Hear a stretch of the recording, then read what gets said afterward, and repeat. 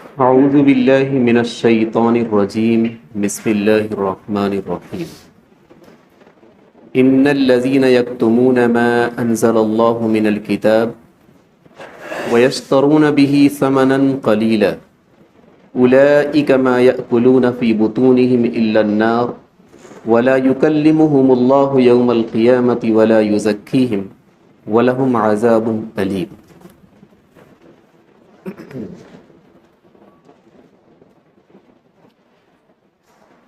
اس آیت کے اندر اللہ تبارک و تعالی نے ان لوگوں کی برائی بیان کی ہے جن کے پاس علم ہے اور وہ چھپا لیتے ہیں۔ ایسے ہی علم کی بات لوگوں کو بتا کر ہے کچھ اور بتاتے ہیں کچھ اور اس پر پیسے بھی لیتے ہیں۔ اللہ تبارک و تعالیٰ نے ان کے بارے میں فرمایا اولئک ما یأکلون فی بطونہم الا النار، یہی وہ لوگ ہیں جو اپنے پیٹ کے اندر جہنم کی آگ کو بھر رہے ہیں۔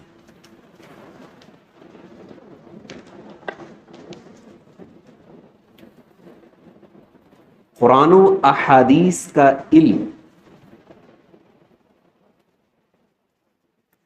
جہاں بتانا ضروری ہے کہ بغیر بتائے اب کام چلنے والا نہیں ہے، ایسے علم کو چھپا لینا گناہ کبیرہ لکھا ہے۔ نیز ایک یہ بھی شرط ہے کہ آپ سے جس مسئلے کو پوچھا جا رہا ہے اچھی طرح اس مسئلے کے بارے میں آپ کے پاس معلومات ہو۔ ان سے سنا ہے، ان سے سنا ہے، یہ کرتے آ رہے ہیں، وہ کرتے آ رہے ہیں، یہ خاندان میں ہو رہا ہے، وہ ہو رہا ہے، اس لیے یہی ہے، تم بھی عمل کر لو۔ یہ کون سا علم؟ اخبار پڑھ کر سنا رہے ہو کیا؟ وہاں کی یہ خبر ہے، وہاں کی یہ خبر ہے، یہی چلا رہا ہے۔ ایک بات کسی سے سن لیا، چاہے وہ صحیح ہو یا غلط ہو، چاہے جس شخص سے سنا ہو اس کے کیا اوصاف ہیں، وہ کیسے ہیں، آج تک اور قیامت تک خاندان میں وہی چلا آ رہا۔ یہ کوئی علم نہیں ہے، یہ تو سنی سنائی بات۔ تو علم ایسا ہو جس کا بتانا ضروری ہو، ایسا علم چھپا لینا گناہ کبیرہ۔ ایسی آپ سے جو پوچھا جائے، آپ کو اگر اچھی طرح معلوم ہو، پھر اگر اس علم کو آپ چھپا لیتے ہیں، یہ ہے وعید۔ اولئک ما یاکلون فی بطونہم، اپنے پیٹ کے اندر جہنم کی آگ کو بھر رہے ہیں۔ نیز ہر مسئلے کو بتانا، ہر قسم کے علم کو لوگوں کے سامنے رکھ دینا، یہ کوئی ضروری نہیں ہے۔ قرآن پاک کی دوسری آیت ہے من البینات والہدی من بعد ما بیناہ للناس فی الکتاب اولئک، وہ مسئلہ ایسا آپ سے پوچھا جائے جو بالکل قرآن و احادیث کے اندر واضح ہو۔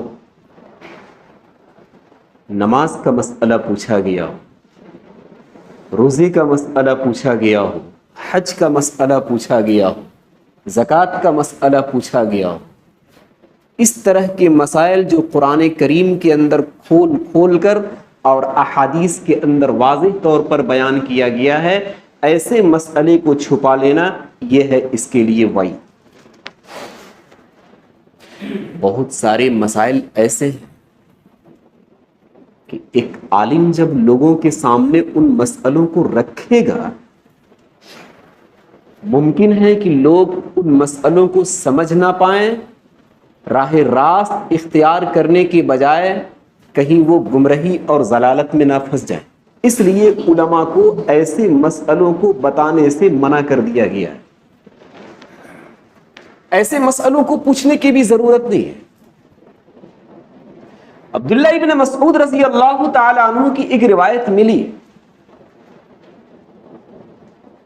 انہوں نے فرمایا کہ نبی اکرم صلی اللہ علیہ وسلم نے فرمایا کہ ایسے مسئلے لوگوں کے سامنے مت رکھو. راہ راست پر آنے کے بجائے لوگ کہیں گمراہی میں پھنس جائیں.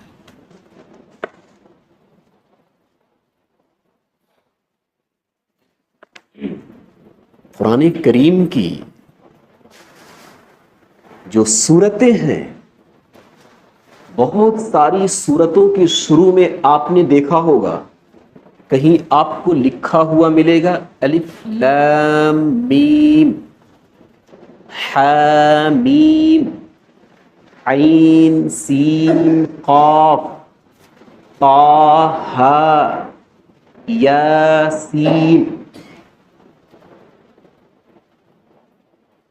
ان جیسی آیتوں کو مفسرین نے حروف مقطعات کے نام سے یاد کیا ہے. آپ علماء کے پاس جائیے، آپ جا کر عرض کیجئے کہ حضرت الف لام میم کا کیا مطلب ہے. تو ہمارے پاس آئیے گا تو ہم کہیں گے صبح کی نماز پڑھے ہو؟ نہیں، اللہ تعالیٰ صبح کی نماز کے بارے میں پوچھے گا، الف لام کے بارے میں نہیں پوچھے گا. اس چکر میں کاہے پڑے؟ محرم کے مہینے میں ایک صاحب مجھ سے ملے، وہ کہنے لگے حضرت معاویہ اور علی کا کیا مسئلہ تھا. میں نے کہا حضرت معاویہ اور علی سے اللہ تعالیٰ پوچھے گا، تم سے نہیں پوچھے گا. کاہے چکر میں پڑے؟ تم سے جو پوچھے گا اسی مسئلے کو سمجھو، اسی پر عمل کرو. تجارت کی لائن میں تم لگے ہوئے ہو، تجارت کے سارے مسائل تمہیں معلوم ہیں، کیا لائنیں ہیں، کیا حرام ہے، کیا حلال ہے، کیسے کرنا ہے، کیسے نہیں کرنا ہے. جس کام کو کر رہے ہو وہ معلوم ہی نہیں ہے. تمہیں حضرت علی اور معاویہ کی فکر پڑی ہے کہ یہ دونوں جنت میں جائیں گے یا نہیں جائیں گے؟ نہیں. ایسے مسائل کو نہ علماء کی ذمہ داری ہے کہ عوام کے سامنے رکھے، نہ آپ سے اللہ تبارک و تعالیٰ پوچھے گا کہ آپ نے یہ کیوں نہیں سمجھا، اس لیے اس کا حساب دو، پوچھے گا ہی نہیں.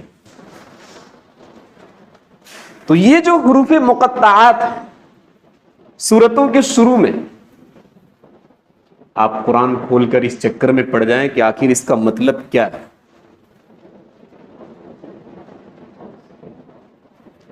قرآن کا ترجمہ آپ اٹھا لیجئے گا، کہیں کوئی مطلب آپ کو ملے گا نہیں.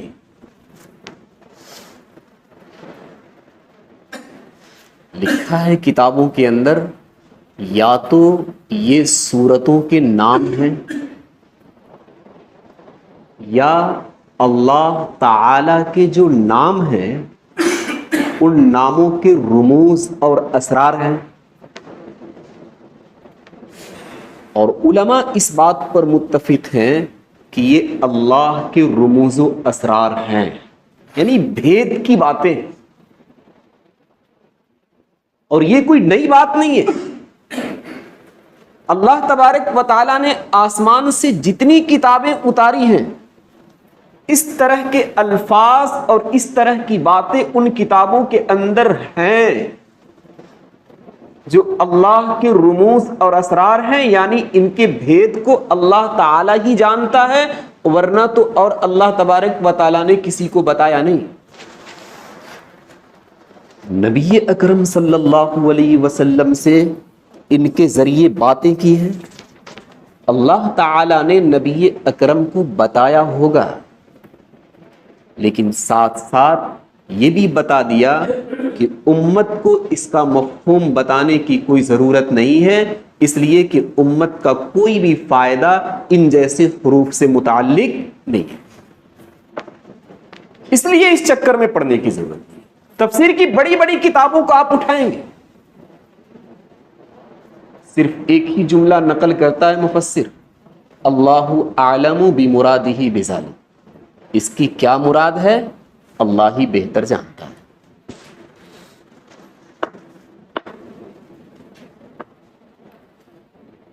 قرآن کریم کے اندر دو طرح کے مسئلے ہیں، دو طرح کی آیتیں ہیں،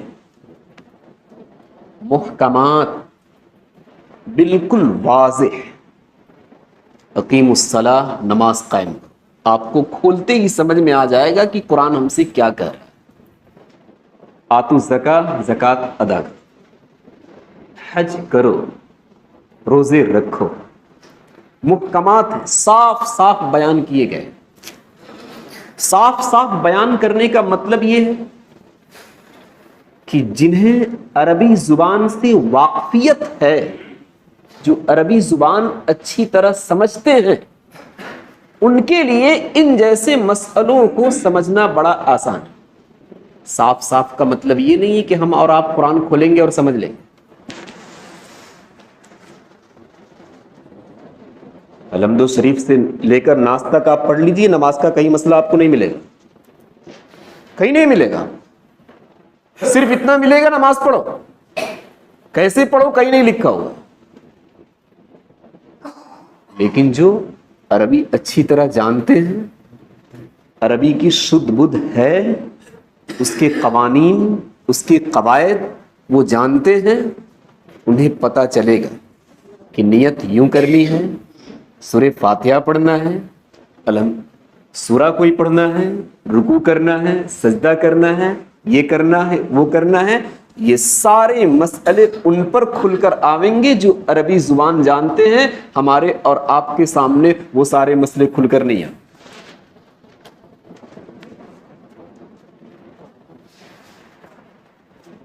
ایک شخص حضرت تھانوی کی خدمت میں آیا، عرض کیا حضرت میں نے قرآن کا ترجمہ پڑھا ہے، اس کے اندر لکھا ہوا ہے کہ جب تم وضو کرو تو جس طریقے پر سروں پر مسح کرتے ہو اسی طریقے پر پیر پر بھی مسح کرو، دھلنے کی ضرورت نہیں ہے۔ ہم وضو کیسے کرتے ہیں سب کو پتا ہو، چہرہ دھلتے ہیں، ہاتھ دھلتے ہیں، پیر بھی دھلتے ہیں۔ اس نے بتایا کہ قرآن میں لکھا ہوا ہے کہ پیروں کو دھلنا منع ہے، بلکہ اس پر مسح کرنا ہے۔ آپ لوگ کاہے ایسے مسئلے بتاتے ہیں کہ پیروں کو دھل لو؟ اشرف علی تھانوی نے فرمایا کہ دوسرا مسئلہ آج میں تمہیں بتا رہا ہوں، اسے بھی یاد کر لینا۔ اشرف علی تھانوی نے کہا کہ آج سے تمہارے لیے دوسرا مسئلہ یہ ہے کہ قرآن کریم کا ترجمہ پڑھنا بند کر دو۔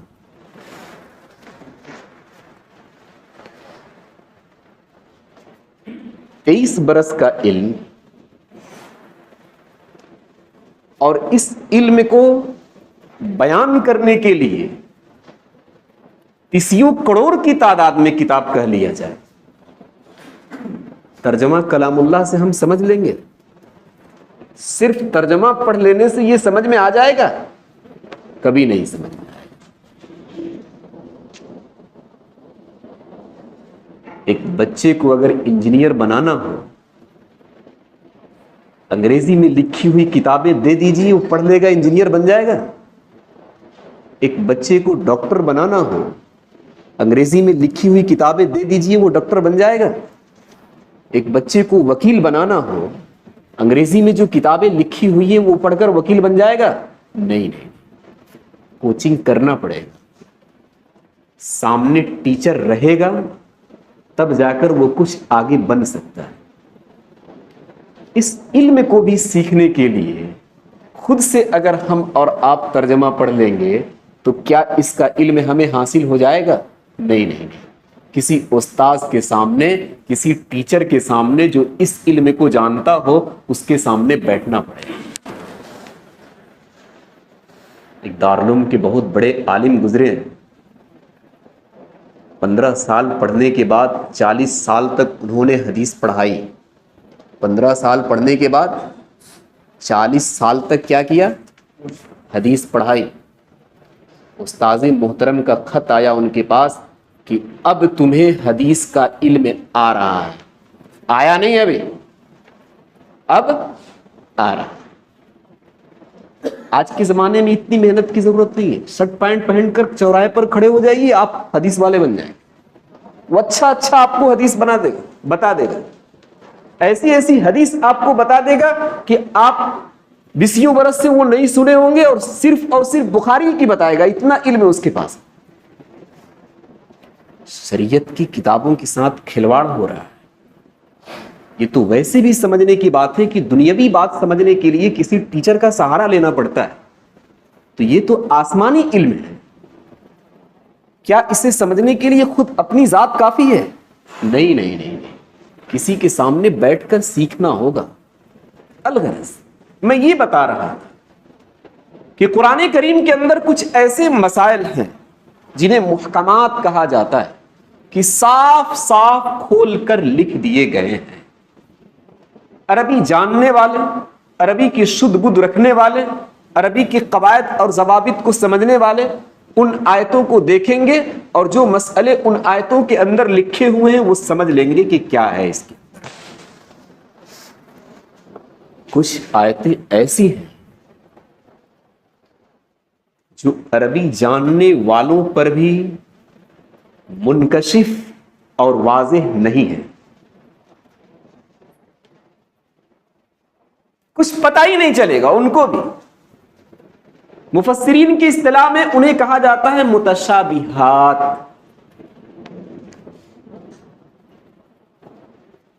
ایک مثال میں آپ کے سامنے دیتا ہوں. حضرت عیسیٰ علیہ السلام کے بارے میں قرآن کریم کے اندر جگہ جگہ آپ کو ملے گا روح من، اللہ کی روح ہیں. کلمۃ اللہ، اللہ کے کلمے ہیں. عیسائیوں کو یہیں سے دھوکا ہوا کہ بس اب پتہ چل گیا کہ عیسیٰ علیہ السلام اللہ کے بیٹے ہیں.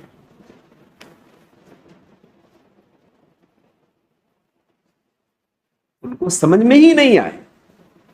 قل هو اللہ احد اللہ الصمد لم یلد ولم یولد. نہ تو وہ کسی کا بیٹا ہے اور نہ ہی اس کا کوئی بیٹا. اس طرح کی آیتوں کے چکر میں وہ پھنس گئے اور وہ صحیح نہج طے نہیں کر پائے کہ عیسیٰ علیہ السلام ہیں کیا. اللہ تبارک و تعالیٰ نے صاف فرمایا ان مثل عیسیٰ عند اللہ کمثل آدم. عیسیٰ علیہ السلام حضرت آدم کی طرح ہے. تمہیں تعجب کیوں ہو رہا ہے؟ عیسیٰ علیہ السلام بغیر باپ کے پیدا ہو گئے تو جس کی وجہ سے تو نے اللہ کا بیٹا قرار دیا. تو حضرت آدم تو بغیر باپ اور بغیر ماں کے پیدا ہو گئے، ان کو کیا کہو گے؟ یہ اللہ کی قدرت ہے. چاہے گا بغیر باپ کے پیدا کرنا کر دے گا، چاہے گا بغیر ماں کے پیدا کرنا کر دے گا، چاہے گا بغیر باپ اور ماں دونوں کے بغیر پیدا کرنا کر دے گا. اس مسئلے میں مت پھنسو. یہ ساری آیتیں جو متشابہات کے قبیل سے ہیں، جہاں ذہن پھنس جا رہا ہے کہ ہم کیا کر سکتے ہیں، اللہ تبارک و تعالیٰ نے صاف فرمایا والراسخون فی العلم یقولون آمنا بہ. جو علم کے اندر اثر و رسوخ رکھتے ہیں، کامل مہارت رکھتے ہیں، ان کا حال یہ ہے کہ جب اس طرح کی آیتوں سے وہ گزرتے ہیں تو وہ کہتے ہیں کہ آمنا صدقنا، ہم اللہ پر ایمان رکھتے ہیں اور اس کو سچ مانتے ہیں. جو کچھ اللہ تبارک و تعالیٰ نے فرمایا ہے وہ بالکل صحیح فرمایا. ہمیں سمجھ میں آئے یا نہ؟ یہ اصل مذہب ہے ان ساری آیتوں کے بارے.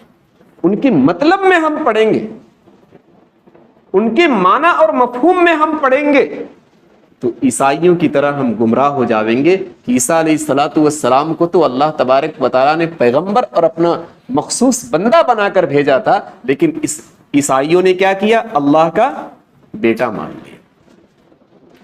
دہرادون کے اندر ایک مناظرہ چل رہا تھا علماء حق کا عیسائیوں سے. عیسائیوں نے 100 سے زیادہ دلیلیں دے دی حضرت عیسیٰ علیہ السلام کے بیٹے ہونے پر کہ یہ اللہ کے بیٹے ہیں. علماء حق جو تھے ساری دلیلوں کو کاٹتے چلے جاتے تھے، لیکن عیسائی کے علماء بھی تھکے ہوئے نہیں تھے. دلیل کٹتی تھی، عیسیٰ کے بیٹے ہونے پر دوسری دلیل آ جاتی تھی. ہوٹل میں روٹی بنانے والا شخص روٹی کو الٹ پلٹ کر رہا ہے اور مائک کے ذریعے سے اس کے کانوں میں آواز آ رہی ہے کہ عیسیٰ کے معاملے پر مناظرہ چل رہا ہے، عیسائیوں نے یہ کہا ہے کہ اللہ کے بیٹے ہیں، ان کی دلیلیں بھی آ رہی ہیں، اور علماء حق کا کہنا ہے کہ اللہ کے بیٹے نہیں ہیں، لیکن یہ مسئلہ ابھی انتہا کو پہنچا نہیں ہے۔ اس نان بائی اور روٹی بنانے والے نے اپنے مینیجر سے کہا کہ ذرا ہوٹل سنبھالو، میں آ رہا ہوں جلسے سے۔ مینیجر نے سوچا یہ سننے جا رہا ہو اور کیا کرے گا، روٹی بنانے والا کیا کرے گا، جا کر سنے گا، جاؤ جلدی آ جاؤ۔ گیا، اسٹیج پر جو لوگ بیٹھے ہوئے تھے ایک کو اشارے سے نیچے اتارا، کہا کہ میں بھی 2-4 منٹ بولنا چاہتا ہوں، بولنے کی اجازت ہے؟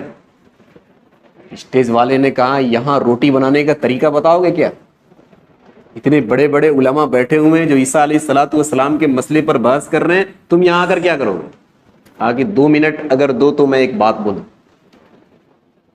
وہ بزید ہو گیا، جلسے کے ناظم کو بلایا گیا، اس سے بات کی، جلسے کے ناظم نے اس کی ضد کو دیکھ کر کہا کہ چلو 2 منٹ تمہیں بولنے کی اجازت ہے، اس کے بعد آگے مت بڑھنا۔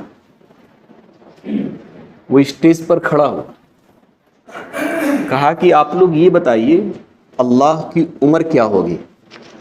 لوگوں نے کہا کہ یہ ایک دم سے پاگل آ گیا، اللہ کی عمر پوچھ رہا ہے، اللہ کی کوئی عمر ہے؟ وہ تو ہمیشہ سے ہے اور ہمیشہ رہے گا۔ اس نے کہا کہ ہمیشہ سے ہے، ہمیشہ رہے گا، میں بھی مانتا ہوں۔ فرض کر لیجئے کوئی عمر اس کی 1000 برس، 2000، 5000، کچھ فرض کر لیجئے۔ لوگوں نے کہا کہ چلو تمہاری کہانی کی وجہ سے 1000 عمر ہم نے اللہ کے لیے فرض کر لیا، آگے بولو کیا کرنا ہے؟ اس نے کہا کہ اللہ کی عمر 1000، میری عمر 60 برس، میرے 12 لڑکے، 60 برس کی عمر میں 12 لڑکے، اللہ کی عمر 1000 ہوئی اور اس کا صرف ایک ہی لڑکا حضرت عیسیٰ۔ نعوذ باللہ من ذالک، اللہ سے بہتر تو میں ہی ہوں کہ 60 برس میں 12 لڑکے ہو اور 1000 برس میں ایک ہی لڑکا ہوا۔ لوگوں کو سمجھ میں آ گیا کہ یہ سب ڈھونگ چل رہا، اللہ کا کوئی لڑکا نہیں ہے۔ مناظرہ وہاں ختم ہو گیا۔ اللہ کو جس سے کام لینا رہتا ہے وہ گردن مروڑ کر کام لے لیتا ہے۔ ہم اور آپ اس پوشاک میں گھومتے رہ جائیں گے، کچھ کام ہونے والا نہیں ہے۔ اس لیے عاجزی اور انکساری بہت اچھی چیز ہے، اپنے آپ کو بہت کنٹرول میں رکھنے کی ضرورت ہے، بہت زیادہ سر اٹھا کر چلنے کی ضرورت نہیں ہے۔ الغرض یہ ساری آیتیں ایسی ہیں جنہیں متشابہات کہا جاتا ہے۔ اللہ تبارک و تعالیٰ نے فرمایا کہ ان آیتوں کے چکر میں تم مت پڑو، جن آیتوں سے صاف صاف مسئلے لکھے ہوئے ہیں انہی آیتوں کے چکر میں رہو کہ وہ آیتیں ہمیں کیا بتا رہی ہیں اور ہمیں کیا حکم دے رہی ہیں، انہی پر عمل کرو۔ ان آیتوں کے بارے میں تم سے پوچھا جائے گا، یہ ساری آیتیں جو متشابہات کے قبیل سے ہیں، جو عربی جاننے والوں پر بھی واضح اور منکشف نہیں ہے، تم سے ان مسئلوں کو نہیں پوچھا جائے گا۔ محکمات اور متشابہات، ہم محکمات کے چکر میں رہیں گے، متشابہات کے چکر میں نہیں رہیں گے۔ اللہ تبارک و تعالیٰ نے فرمایا کہ اس طرح کے جو مسئلے ہیں جن کا بتانا ضروری ہے، اور پھر بتانے والا اس سے جو مسئلہ پوچھا جا رہا ہے اچھی طرح اس مسئلے کے بارے میں علم رکھتا ہو، سنی سنائی بات نہیں، اچھی طرح علم رکھتا ہو، اس سے مسئلے کو پوچھنا ہوگا اور وہ بتائے۔ جس کے پاس اچھی طرح کسی مسئلے کا علم نہیں ہے وہ ہرگز اس مسئلے پر اپنی زبان نہ کھولے۔ اب تو تھوڑی سی ترقی ہو رہی ہے تو بڑے بڑے عالموں کے بارے میں بھی ہماری زبان کھل جا رہی ہے کہ دارالعلوم دیوبند نے سند ان کو غلط دے دیا، ان کو تو نیت باندھنے کا بھی طریقہ نہیں معلوم۔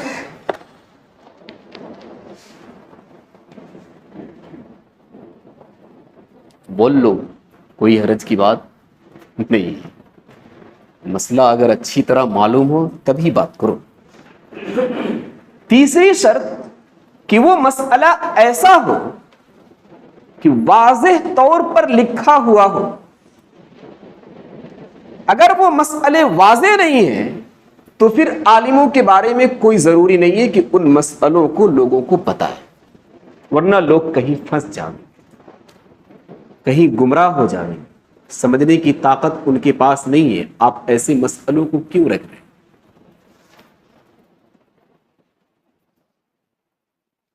ایک اور شرط ہے کہ جس عالم سے آپ نے جو مسئلہ معلوم کیا، وہ عالم اگر مسئلہ نہیں بتاتا ہے تو گناہگار تو ہوگا، لیکن اس صورت میں جبکہ اس علاقے میں اس عالم کے علاوہ کوئی دوسرا عالم نہ ہو. اگر ہے کوئی دوسرا عالم تو جہاں آپ گئے تھے وہاں مسئلے کا حل نہیں ملا تو آپ پر ضروری ہے کہ دوسرے عالم کی طرف آپ اپنی توجہ کو موڑ دیجیے. ہمارے اور آپ کے ذہن میں یہ بات بیٹھ چکی ہے کہ ہم نے ایک عالم سے مسئلے کو پوچھا اور انہوں نے جواب نہیں دیا. نہیں، یہ طریقہ نہیں ہے مسئلہ پوچھنے کا. آپ اس کے پاس وقت لے کر جائیں، اسے آپ وقت دیں، کتابوں کو کھولے گا، وہ دیکھے گا، اس مسئلے کو کھنگالے گا. اگر اس کے پاس کتابیں نہیں ہوں گی کہیں دوسری جگہ سے رابطہ کرے گا. امام مالک رحمۃ اللہ علیہ کے بارے میں لکھا ہے کہ جب ان کے پاس لوگ مسئلہ پوچھنے جاتے تھے تو وہ کہتے تھے کہ مسئلے کو یہاں بتا دیجئے کیا ہے اور اس کا جواب 1 گھنٹے بعد آئے گا، آپ دروازے کے باہر بیٹھ جائیے. امام مالک دروازے کو بند کرتے تھے. بند کرنے کے بعد عود کی لکڑی جلاتے تھے، خوشبو. 1 گھنٹے مستقل کتابوں کو کھول کر دیکھتے تھے کہ یہ مسئلہ ہے کہاں، کبھی یہ کتاب، کبھی وہ کتاب، کبھی وہ کتاب. جب پورے طریقے پر اس مسئلے پر ان کا اطمینان ہو جاتا تھا اس کے بعد دروازے کو کھولتے تھے اور کہتے تھے کہ اب عرض کرو کہ تمہارا مسئلہ تھا کیا. اس کے بعد وہ مسئلے کو بتاتے تھے. اب تو آپ کسی امام کے پاس جائیے گا، اگر آپ کا مسئلہ حل نہیں ہوا دوسرے دن شور ہو جاوے گا کہ ان کو خواہ امام بنا رکھا ہے، کچھ آتا جاتا کچھ نہیں. صبح میں 2 سورت پڑھنی ہے، عشاء میں 4 سورت پڑھنی ہے، بس اسی پر نماز ان کی چل رہی ہے، ورنہ یہ عالم علم نہیں. نہیں، اگر عالم صاحب نے یوں ہی آپ کو بتا دیا اور آپ فرض کر لیجئے کہ کہیں غلطی ہو گئی عالم صاحب سے، آپ نے اس مسئلے کو پوچھ کر چل دیا، اس مسئلے کو پھیلاتے رہے اور لوگ اس پر عمل کرتے رہے تو سارا الزام آپ پر اور ادھر عالم صاحب. یہ طریقہ نہیں ہے مسئلہ پوچھنے کا. بہت احتیاط کی ضرورت ہے اور بہت سنبھلنے کی ضرورت ہے. ان الذين يكتمون ما انزل الله من الكتاب ويشترون، اللہ نے کیا فرمایا؟ بے شک وہ لوگ جو چھپا لیتے ہیں اس چیز کو جو اللہ تبارک و تعالیٰ نے نازل کیا، وَيَشْتَرُونَ بِهِ ثَمَنًا قَلِيلًا، اور اس کے بدلے میں تھوڑی سی قیمت لے لیتے ہیں. مسئلہ کچھ ہے، بتا دیا کچھ تاکہ کچھ پیسے حاصل کر لیں. پہلے چل رہا تھا، یہودیوں کے زمانے میں ایسا تھا. آپ مالدار ہیں، آپ آگئے مسئلہ پوچھنے کے لیے، لکھا ہوا ہے آپ کے خلاف، آپ کے مال کو دیکھ کر آپ کے موافق بتا دیا، پیسے لے لیا. اللہ نے فرمایا اولئک ما یأکلون فی بطونہم الا النار، یہی وہ لوگ ہیں جو اپنے پیٹوں میں نہیں کھاتے ہیں مگر جہنم کی آگ. ولا یکلمہم اللہ یوم القیامۃ ولا یزکیہم، اللہ تبارک و تعالی ان لوگوں سے قیامت کے دن باتیں نہیں کرے گا اور انہیں صاف بھی نہیں کرے گا کہ صاف ستھرا کر کے جنت میں لے کر ڈال دے، ایسا کچھ بھی نہیں. جنتی جب جنت کے اندر چلے جائیں گے تو اللہ تبارک و تعالی جنتیوں سے جا کر عرض کرے گا کہ کسی نعمت کی کوئی کمی محسوس ہو رہی ہے؟ جنتی کہیں گے کہ اللہ کچھ نعمت کی کمی محسوس نہیں ہو رہی، ساری نعمتیں موجود ہیں. اللہ تبارک و تعالی عرض کرے گا کہ سب سے بڑی نعمت اب میں تمہیں دے رہا ہوں. وہاں اللہ تبارک و تعالی اپنی ذات کو لوگوں کے سامنے دکھائے گا کہ میرا دیدار کرو. ہماری آنکھوں کے اندر تو آج طاقت نہیں ہے اللہ کو دیکھنے کی، لیکن جنت میں چلے جانے کے بعد اسی آنکھوں کے اندر اللہ تبارک و تعالیٰ طاقت دے گا اور ہر جنتی بہت قریب سے اللہ تبارک و تعالیٰ کو دیکھے گا۔ اللہ نے فرمایا کہ ایسے لوگ جو مسئلوں کو چھپا لیتے ہیں، جو یوں ہی الٹ سلٹ بیان کرتے ہیں، جن کے بارے میں کوئی تحقیق نہیں، کتاب سے وہ گزرا ہی نہیں، اس سے سنا اس سے سنا اس سے سنا وہ آپ تک پہنچا دیا، اللہ نے فرمایا کہ قیامت کے دن ہم ان سے باتیں نہیں کریں۔ وَلَهُمْ عَذَابٌ أَلِيمٌ، اور ان کے لیے دردناک عذاب ہے۔ سبحان اللہ۔